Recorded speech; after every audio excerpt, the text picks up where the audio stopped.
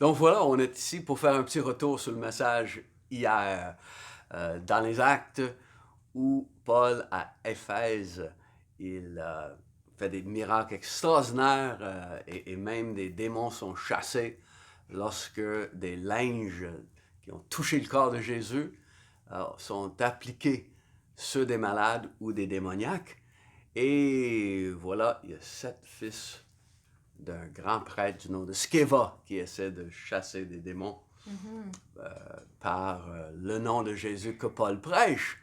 Et ça marche pas aussi bien. Ouais. Donc, qu'est-ce qui t'a frappé, Catherine, là-dedans?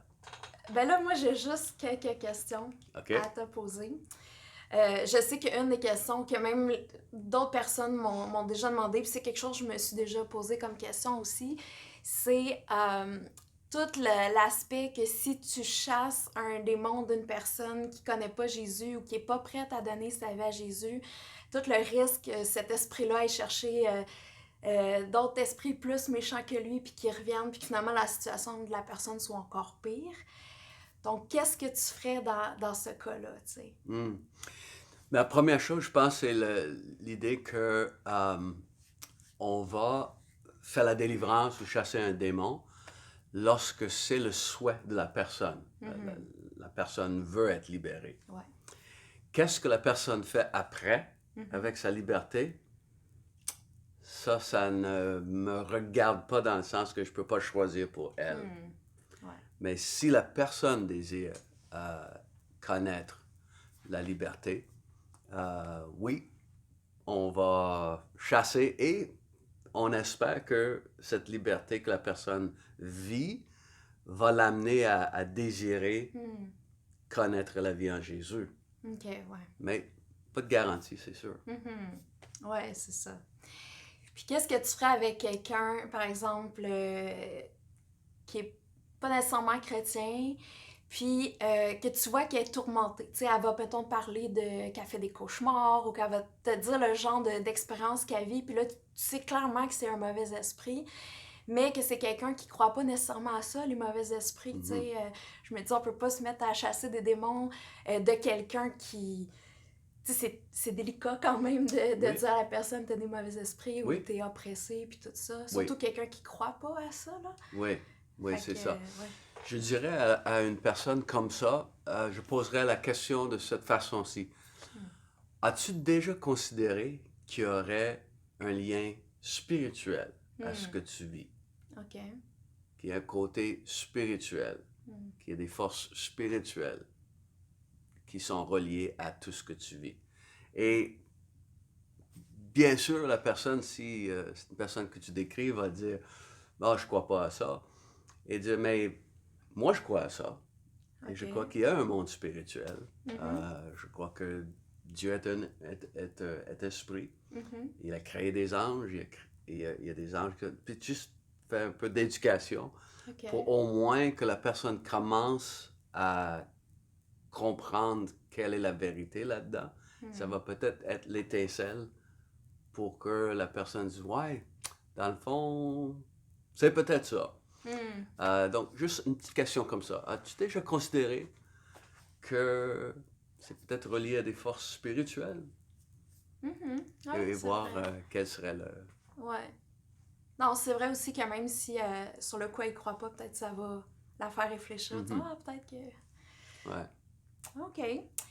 Puis, tu disais beaucoup aussi que, tu sais, pour vivre des miracles, que ce soit la guérison ou la délivrance d'esprits mauvais, puis tout ça, ce qui est important, c'est d'avoir une relation avec Jésus. Puis que c'était pas nécessairement une recette. Puis c'est vrai, tu sais, que je comprends l'idée, tu sais, faut pas tomber là-dedans, là, de toujours prendre la même formule puis l'appliquer à toutes les situations. Mais est-ce que tu dirais qu'il y a quand même des principes ou des choses qu'on peut faire pour grandir dans ce domaine-là ou pour expérimenter plus la guérison, les miracles et tout ça? Ou qu'est-ce qu'on peut développer justement dans notre relation avec Dieu pour arriver à ça? Oui, une très bonne question. Je crois que l'idée, c'est de d'abord toujours faire en sorte que la priorité soit la relation avec Dieu. Euh, Quand on va prier pour quelqu'un qui est malade ou quand on va prier pour quelqu'un qui a besoin de délivrance, c'est d'abord l'idée que j'agis au nom de Jésus, comme si Jésus est là. OK, ouais. Je suis l'enfant de Dieu, adopté par le Seigneur, rempli du Saint-Esprit, et je fais un ministère comme Jésus fait son ministère. Et l'autre aspect, donc la relation, le fait que je suis enfant de Dieu me qualifie pour faire ce ministère. Ouais. Donc, ça, c'est la base. Mais ensuite, il y a toute l'idée des dons de l'Esprit, où Dieu, il accorde des dons à des personnes. Et c'est pour ça que Paul dit « aspirons aux dons les meilleurs ». En grec, ça dit « zeloutete de charismata ». Donc, zeloute, l'idée d'avoir du zèle pour les dons les meilleurs.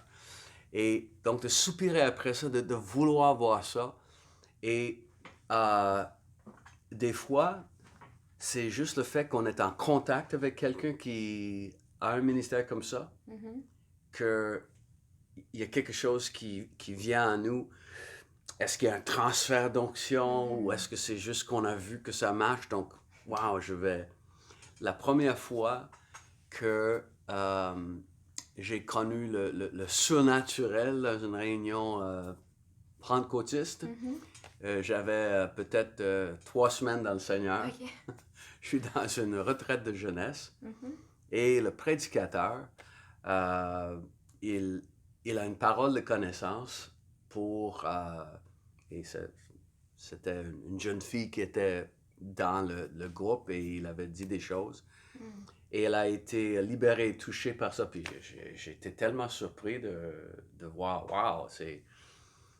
comment il a pu connaître ça et j'ai vu les résultats de ça.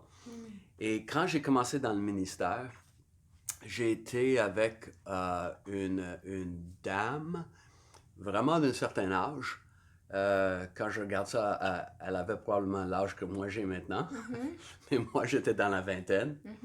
Elle est venue dans la petite église qu'on avait fondée à La Malbaie. Et elle avait un ministère où il y avait des paroles de connaissance. Et quand elle donnait une parole de connaissance, la personne était guérie ensuite. Et j'ai vu ça. Et à partir de ce moment-là, j'ai commencé à vivre ça dans mon ministère au fil des ans. Okay. Et je ne peux pas dire pourquoi ça a commencé là, mais c'était le fait qu'elle était dans nos réunions pendant une semaine dans le petit village de La Malbaie. Et ouais, elle s'appelait Maude Ellis. Et c'était une dame qu'on appelait une évangéliste à l'époque. Elle faisait un ministère où elle allait dans les églises. Et voilà, donc, des fois, c'est encore, je vais utiliser encore un mot, le mot mystérieux, comment ça marche. Mais juste d'aspirer à ce qu'on voit dans les dons de l'Esprit. Et vouloir voir ça à l'œuvre dans nos vies. Je crois que ça compte pour beaucoup. Ouais. Et à part ça, j'ai pas de recette. Mais vraiment, oui. Et quand on voit qu'il y a un don quelconque, qu'on pense que Dieu nous donne, ou qu'on voit commencer à s'opérer, mais à ce moment-là, ça serait à nous aussi d'essayer de développer ça dans nos connaissances. On peut lire des livres là-dessus, on peut lire ce que d'autres qui opèrent ces dons-là ont à dire là-dessus, avec leur expérience. Et c'est comme ça que ça se développe, je crois. OK, c'est bon. Mais en tout cas, quand je regarde ce que tu disais sur Paul, là, que les gens étaient guéris même avec le linge, avec lequel j'étais comme wow, tu sais, next level, là, tu sais. Ou même Next Pierre level, qui certain. guérissait avec son ombre, là, tu sais, des choses de même, c'est comme ouais. aïe aïe. Ouais. Ah oui, je me On a souviens. des croûtes à manger. Oui. Je me souviens, j'étais à une conférence